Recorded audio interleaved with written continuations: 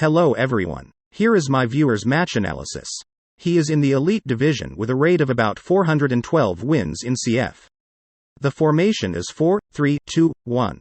He consulted me about an attacking that was not going well, so I will explain a lot about attacking.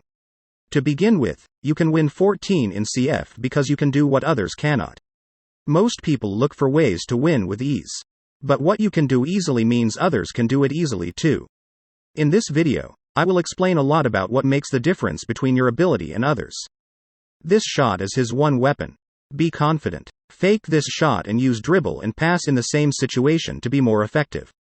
Before I explain the attacking, let me explain one thing about the defending. I would like him to effectively move players on the edges when defending. Of course, fly-through passing backwards and passing to the saint should be a priority and alert. It is assumed that they can be performed. It also assumes that quick cursor changes can be made. I call this aggressive defending. Aggressive defending also requires anticipation to the next move of the opponent. I think it is quite challenging. This is because, if you try to do this, you tend to neglect the basics. It took me at least 200 games to get used to this method of defending. He is capable of getting the ball like this, and I think he can do it, although it will take time. Now let us explain the attacking. I counted the successes and failures of the attacking after getting the ball in his game. 2 times the ball got the ball in front of the penalty area. 4 times getting the ball in the central area. 18 times getting the ball in his own territory. In total, he had 24 attacking chances in the match. Of those, 2 were scored, 6 were shots, 2 were penalty area penetrations, and 14 were lost balls. 24 total. In addition, 9 of his 14 lost ball attempts were when he got the ball in his own territory. So, it seems like a good idea to analyze his attacking from his own territory. He used only one attacking pattern in this match. That is, the player on the side makes a run and then the player in the center passing. The other 15 attacks also differed slightly but basically followed this pattern of attacking. I want him to learn to attack running strikers in the center.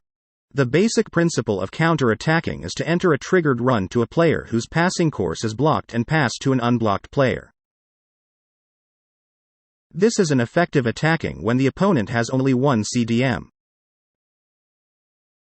I have scored many times with this attacking. What if he could attack the players in the center to make them run? He can use the player who is now running the side as a fake. The reverse will also be possible. 2 confident attacks can totally change the attack. And what if in addition to those, you can do skill moves? I often do reverse elastics and heel to heel at this location. One is to create a passing course to this player. The other is to pass to this player to execute a counter-attacking with the players on the side, if that is not possible. In this way, if attack A is impossible, it is changed to attack B. If attack B is also impossible, it is changed to attack C. In this way, many intentional attacks are necessary. So, in his case, he must first learn this specific method of attacking. But be prepared that the learning process is not that easy. Keep in mind that it takes at least 50 games to master this one particular attacking. How many abilities does one need for this particular attacking? 1 visibility of opponent's position. 2 visibility of teammate position. 3 correct input for trigger run. 4 which pass to choose based on the distance between the saint in the last line and ballman. Only you can adjust to these situations that are difficult to explain in words. So you really need a lot of match experience. And with a specific attacking in mind. And you lose a lot more than usual in those 50 games. You practice a particular attacking, but your opponent changes every time and the situation is almost never the same. So most players give up before they fully master a particular attacking. Then they repeat the same thing. That was the case with me. This is the difference in ability. Those who have fully mastered the game realize that what they were practicing is a very simple rule. Enter a triggered run to a player whose passing course is blocked, and pass to a player whose passing course is open. So, immediately after getting the ball, it becomes possible to execute the practiced attacking on the spur of the moment. Like him, after getting the ball, many players tend to unconsciously pass forward. This is misleading to them by the tendency to believe that counter-attacking is strong. In the real meaning of the word, Aggressive attacking means imagining and executing a specific attack faster than your opponent. So in this scene, he may pass once or twice to the back, but if he has a concrete image of the attack, an aggressive attacking is still possible.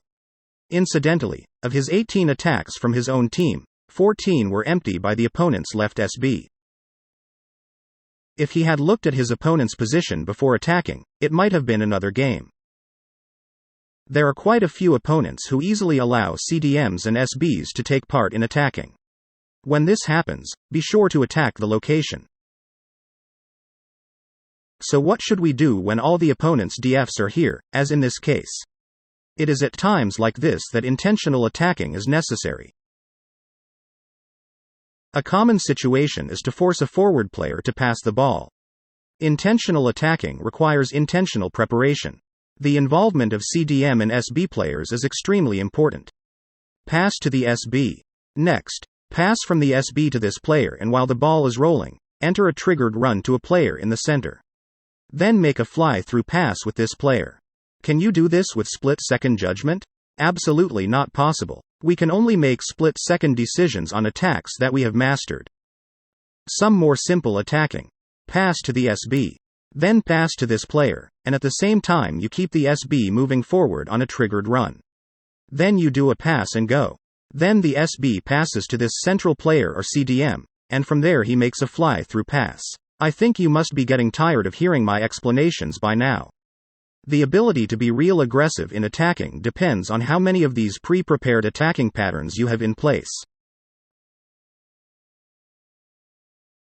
But many people give up on such practice halfway through. That is why there is a growing gap between them and those who have practiced properly. After repeated practice, one realizes that even seemingly complex attacks are actually just being executed based on simple rules. After getting the ball, passing it once to the side. Fly-through passing after returning to the center. Very simple rule. But others are not so successful, even though the rules are very simple. This is because they have not fully mastered it. That's all. Another purpose of counter-attacking is thus to clear space in the PA. And there are two things to do. Shoot with this player. The other is to use this player to attract opponents as much as possible and pass to teammates at the best time. So this too he needs specific practice. If you penetrate here and you penetrate here, the attacking will of course change. So you yourself need to record your own match videos and think about what you should have done, and do some trial and error. I think his challenge is to practice a particular attacking properly, that's all. To do this, he records his own matches and thinks about what he should have done. This is something that many people do not do. This is why it makes a definite difference in our ability. Good luck.